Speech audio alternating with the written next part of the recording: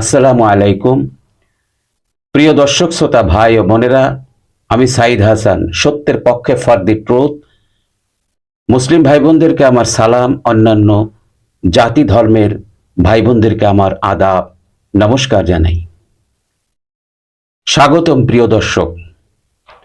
আজকের আলোচনার বিষয় আন্তর্জাতিক বিশ্ব কেন বাংলাদেশের অন্তর্বর্তীকালীন সরকারকে চাপ দিচ্ছে দ্রুত একটি অবাধ, সুষ্ঠু ও নিরপেক্ষ নির্বাচন আয়োজনের জন্য। কেন ডক্টর ইউনূসকে বলা হচ্ছে জনগণের হাতে ক্ষমতা ফিরিয়ে দিতে, এ নিয়ে আজ আমরা বিশ্লেষণ করব বাস্তবতা, কূটনৈতিক চাপ এবং ভবিষ্যতের দিক নির্দেশনা। ভিডিওটি শেষ পর্যন্ত দেখুন, কারণ আজকের আলোচনায় অনেক গুরুত্বপূর্ণ বিষয় উঠে আসবে। প্রেক্ষাপট ব্যাখ্যা। বাংলাদেশে সাম্প্রতিক রাজনৈতিক অস্থিরতা মধ্য দিয়ে প্রধানমন্ত্রী শেখ হাসিনার সরকার ক্ষমতাচ্যুত হওয়ার পর অন্তর্বর্তীকালীন সরকার গঠন করেন নোবেল বিজয়ী ডক্টর মোহাম্মদ ইউনূস। এই সরকারের প্রধান কাজ হল দেশে একটি স্বচ্ছ, অবাধ ও নিরপেক্ষ নির্বাচন আয়োজন করা এবং জনগণের হাতে পুনরায় ক্ষমতা ফিরিয়ে দেওয়া। কিন্তু সমস্যা হলো নির্বাচনের সময়সীমা নিয়ে বিতর্ক। ডক্টর ইউনূস ঘোষণা দিয়েছেন নির্বাচন হবে 2026 সালের এপ্রিল মাসে।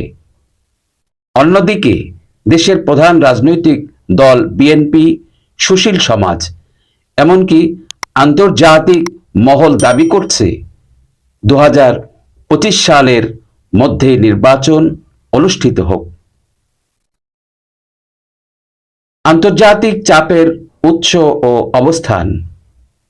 বিশ্বের বিভিন্ন প্রভাবশালী দেশ ও জোট, যেমন মার্কিন যুক্তরাষ্ট্র, ইউরোপীয় ইউনিয়ন, কানাডা, যুক্তরাজ্য এবং ভারত, বাংলাদেশে অবিলম্বে একটি নিরপেক্ষ ও গণতান্ত্রিক নির্বাচনের জন্য জোর দাবি জানিয়েছেন। মার্কিন পররাষ্ট্র দপ্তর বলেছে, বাংলাদেশে গণতান্ত্রিক সরকার গঠনের লক্ষ্যে যত দ্রুত সম্ভব একটি গ্রহণযোগ্য নির্বাচন প্রয়োজন। ইউরোপীয় ইউনিয়ন আনুষ্ঠানিকভাবে জানিয়েছে গণতন্ত্রের প্রতি প্রতিশ্রুতি পূরণ করতে অন্তর্বর্তী সরকারকে দায়িত্ব নিতে হবে এবং এই দায়িত্ব পালনের একটি মাত্র পথ হল দ্রুত অবাধ ভোট। ভারতের পররাষ্ট্র মন্ত্রণালয় নীরব থাকলেও রাজনৈতিক পর্যবেক্ষকরা বলেছেন, ভারত স্থিতিশীলতার নামে দ্রুত নির্বাচন সমর্থন করছে, যাতে আঞ্চলিক প্রভাব অক্ষুণ্ণ থাকে। আইনগত কাঠামো ও চ্যালেঞ্জ।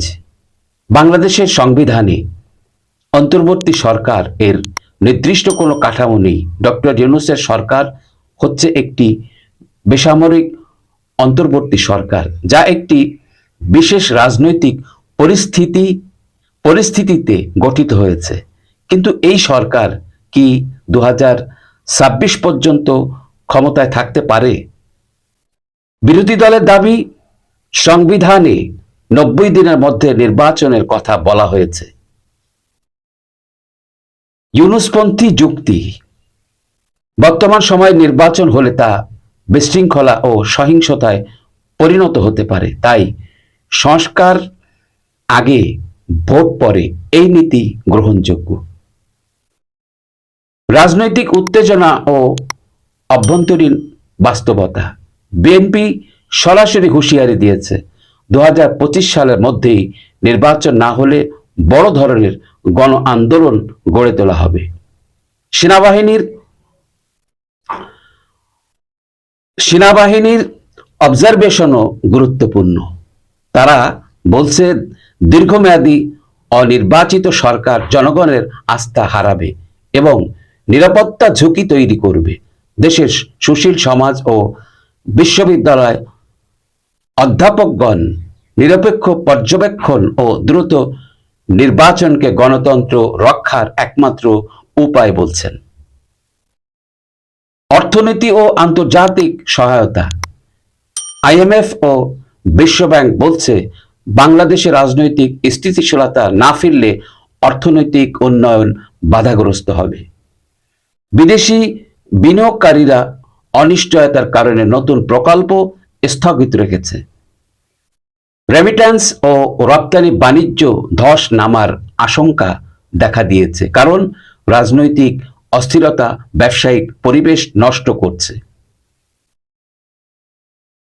ডক্টর ইউনূসের অবস্থান ও কৌশল। ডক্টর ইউনূস জাতিকে জানিয়েছেন, আমার একমাত্র লক্ষ্য একটি শান্তিপূর্ণ গ্রহণযোগ্য নির্বাচন অনুষ্ঠান। আমি এই দায়িত্ব পেয়ে আনন্দিত নই, বরং এটা একটি ত্যাগের দায়িত্ব। তিনি তিনটি বিষয় নিশ্চিত করতে চান।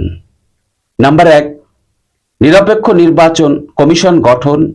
নাম্বার 2, নির্বাচনী সংস্কার। নাম্বার 3, আইন শৃঙ্খলা বাহিনীর নিরপেক্ষতা রক্ষা। তবে প্রশ্ন হলো, এই কাজগুলো শেষ করতে 2026 পর্যন্ত সময় লাগবে কিনা। ভবিষ্যৎ চিত্র ও সম্ভাবনা। 3টি দৃশ্যপট। নাম্বার 1, দ্রুত নির্বাচন 2025 সালের ডিসেম্বরের মধ্যে। রাজনৈতিক স্থিতিশীলতা ফিরবে, আন্তর্জাতিক আস্থা বাড়বে, অর্থনীতি চাঙ্গা হতে শুরু করবে। নাম্বার 2, বিলম্বিত নির্বাচন 2026 সালের এপ্রিল। সংস্কার হতে পারে, কিন্তু দীর্ঘ অনির্বাচিত শাসনে গণতান্ত্রিক সংকট আরো বেড়ে যেতে পারে। নাম্বার 3, রাজনৈতিক সংঘর্ষ। সরকার ও বিরোধী দলের মধ্যে সমঝোতা না হলে অস্থিরতা, হরতাল, বিদেশি হস্তক্ষেপের সম্ভাবনা বেড়ে যেতে পারে। প্রিয় দর্শক, বাংলাদেশ একটি সংকটের মুখে দাঁড়িয়ে। একদিকে একটি নোবেল বিজয়ী অর্থনীতিবিদের শান্তিপূর্ণ নির্বাচনের প্রতিশ্রুতি, অন্যদিকে জনতার প্রত্যাশা দ্রুত ভোট এবং গণতন্ত্রের প্রত্যাবর্তন। আন্তর্জাতিক সম্প্রদায় এখন নজরে রেখেছে বাংলাদেশ কোন পথে এগোয়। আপনার মতে কোন পথ গ্রহণযোগ্য? আপনি কি দ্রুত নির্বাচন চান, নাকি নির্বাচনী সংস্কারের পর ভোট চান? নিচে কমেন্ট করে জানান। ভিডিওটি ভালো লাগলে লাইক দিন, শেয়ার করুন, আর আমাদের চ্যানেল সাবস্ক্রাইব করে পাশে থাকুন, কারণ আমরা নিয়ে আসছি এমনই গঠনমূলক আলোচনা দেশের জন্য, গণতন্ত্রের জন্য। সবাই সুস্থ থাকবেন, ভালো থাকবেন। আল্লাহ হাফেজ। আসসালামু আলাইকুম।